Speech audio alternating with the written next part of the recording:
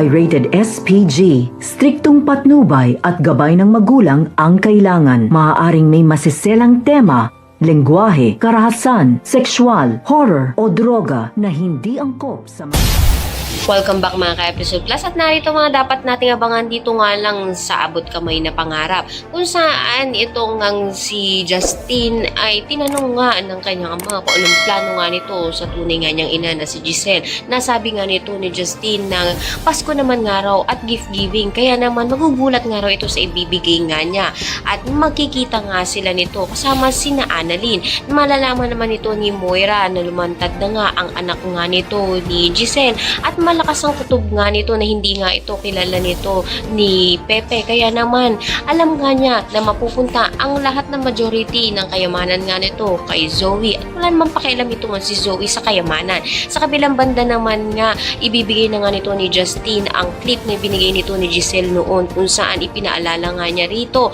na nagpakilala nga dati ito sa kanya bilang Tita Giselle. Mahihirapan nga ito nga si Giselle upang makuha nga muli ang loob nga ng kanyang anak dahil na nga rin sa sama na nararamdaman nga nito sa kanya. Kaya naman pakatutukan pa natin ang mga susunod na kabanata. Maraming salamat sa inyo.